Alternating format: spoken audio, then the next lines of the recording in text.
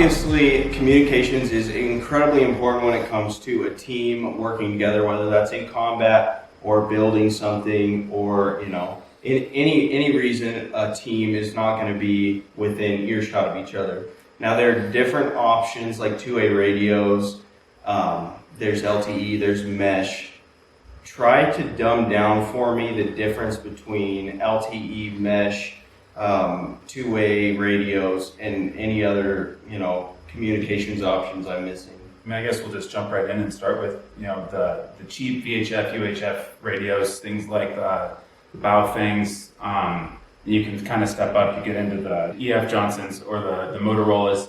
But at the end of the day, those are fantastic for voice communications. You get great range out of them.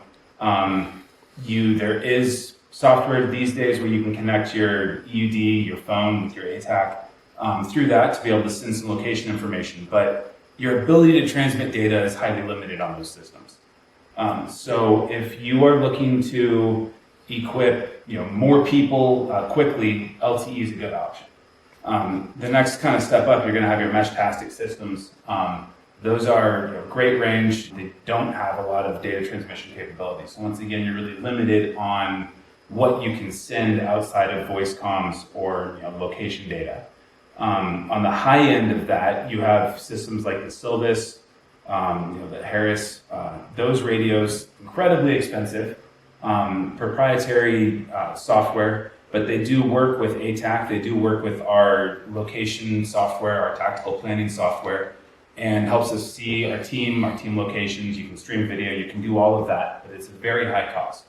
You're looking $10,000 to $15,000 per person. We started looking at LTE as an option to be able to equip a large number of people quickly while using a device that they already own, such as their personal cell phones. You can put a SIM card in it. It's pre-programmed to network. It costs $1 a card. Everybody has a phone today. Put the SIM card in and you are good to roll once your server's up and running. It gives you a way to equip large teams at a significantly lower cost point than, say, with like the Silvis radios, and you can still transmit the same amount of data and voice capability encrypted using the LTE technology. So how does that compare to some of the lower cost mesh options? So you're thinking of like the do-it-yourself kind of options where people are piecing together right. different pieces of hardware. Those are generally going to be using Wi-Fi. You get decent range, Wi-Fi router range, speed. There's a lot more complexity in setup. You're going to be carrying more equipment as well. Your phone's going to be included no matter what because you're running ATAK, and now you're needing to add wireless routers, possibly multiple power supplies or sources that are split up into multiple cabling for the different components. LTE is a much simpler, faster to deploy system. Anybody can roll up, slap a card in their phone, they're good to go. It's a little more time intensive on the setup side if you're starting from scratch, rolling your own LTE server. If you're not doing that, it's truly as simple as putting the SIM card in and turning your device on. Okay, so if I were to get a tower and get everything set up, get all the hard work done, and I'm ready to put SIM cards into people's phones, say like the mobile towers, how much range is that going to get me and how does that work? So the range is dependent on several factors. Obviously, elevation is key. So is any obstructions, anything in the path from the device to the tower. So in our field testing using that system, 12-volt battery, this system here with a solar panel, we were getting 4 to 5 kilometers of range streaming 720 video. With which antenna system? The small portable one. So you can up the power, you can get more range. You can also do multiple radios. If you have a larger coverage area, or what you're trying to do, that's an option. You can also do point-to-point links or Starlink as a backhaul, and you can have devices set up in multiple vehicles for coverage. So to dumb this down, the radios, if I understand right, are what I would call the antennas, and the phone is not the radio. Yes. The phone talks to the radio talks between the other radios and matches to the phone and sends data between each phone, right? Okay. So explain the you've got the radio, you've got the phones, but then there's all these other boxes that you're attaching to. You got your power system, you've got your computer it's attaching to. So yes, our portable system is comprised of this box, and then we have a power box that just has a 12-volt battery, and then an inverter for solar charging. This houses our PoE network switch as well as the server. What is a PoE network switch? So this runs power over Ethernet out to power the radios. Okay. This can power up to 4 radios. And then there are some extra ports, depending, there's a WAN in, so if you want to connect it to the internet, the whole system runs completely offline. You can connect it to a Starlink or another, pick your choice of data provider to backhaul to the internet or to a home base if you need it. So tell me about what's going on in this box, what's going on here. So this is another server we've been playing with. This is just some old enterprise hardware. I guess it's more of commercial hardware. It's an old HP computer we've converted in to be able to be an ATAK LTE server. This one's not ruggedized. This one is. So, this could probably be vehicle mounted, but this would be better in a more static environment. But this does the same thing this does, just with more power, more capability. More resources. And then same with this. This one's got a larger switch in it.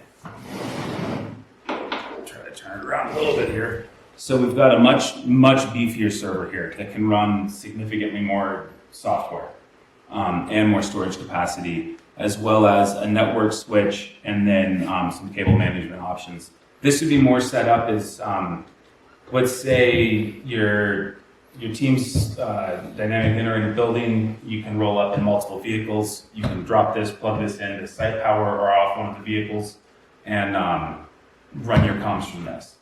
It's just a larger version of this that has more capabilities, slightly less portable. Talk about the security real quick. I mean, if myself and a team are using this out in the field, what's my level of worry got to be about somebody tapping in and hearing what we're saying, seeing our locations, monitoring our text, just being a beacon at all, whether they don't even see what's going on?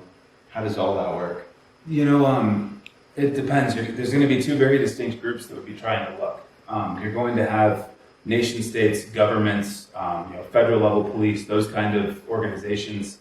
If they are the ones that are looking to intercept, they can. They have software, they have technology that allows them to do that.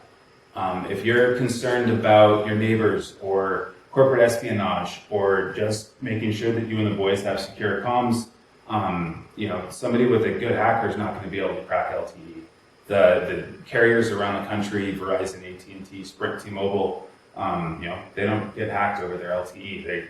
When they do get hacked, it's generally through data security at data centers. And kind of doubling onto that, if you are concerned about your information security, you should make sure that you have good practices at your base of operations, your house, your business, for how you're managing your data as well.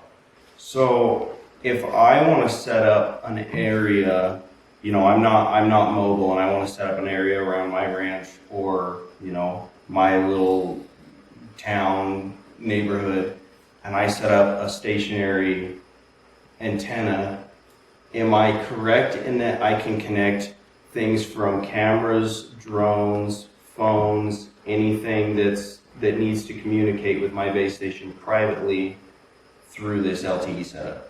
Yes, absolutely. We're currently in the process of developing a couple pieces that we can connect through the LTE.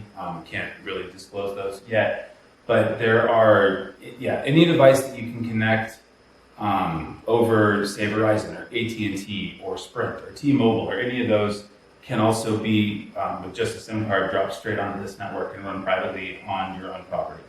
The same server right here, you could have it running at your house, your ranch, wherever.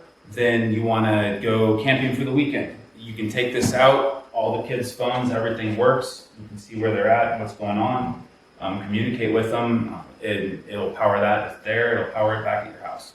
what if I set up a team and we're running off LTE, and you set up a team and you're running off LTE, and we end up in the same area of operations, and we decide it's time to start communicating with each other while we're not set up on the same protocols, the same, standards. How can I talk to you? So we've been exploring operations on how we can combine servers like that. It's actually called federated servers. And the idea being that one will be the primary and the others will be secondary automatically through programming. The concepts that we currently have are still in research phase, so I can't give you this is how we're making it work, but there are software solutions out there that support. Okay. Now, is this if I get set up with this, do I throw away my two-way radios, my UHF, VHF? Do I throw away the mesh? Does this replace everything else? No. Two is one and one is none. You're always going to need your voice comms.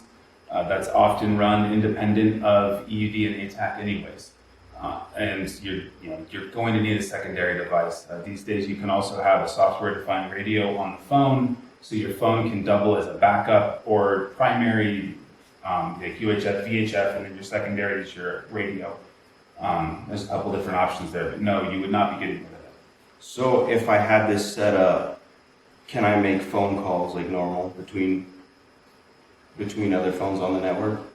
Currently, we are not provisioning phone numbers in that manner. You can do voice comms through ATAK. You can do text messaging through ATAK, So through ATAK, I can still talk over the phone. Yeah, and is then that you like can a also push-to-talk situation, or is that like a make a phone call situation? It would be a push to talk solution. Okay. So if I want to get a little bit more information and start diving into this, I don't know where I would start. So you can go to our website, novasystems.tech. We have an info section there. From there, you can read brief summaries on the software that we're using, which is Open 5G server and OpenTAC server. And there's links to the documentation there. You can read through that and go deep down the rabbit hole if you want.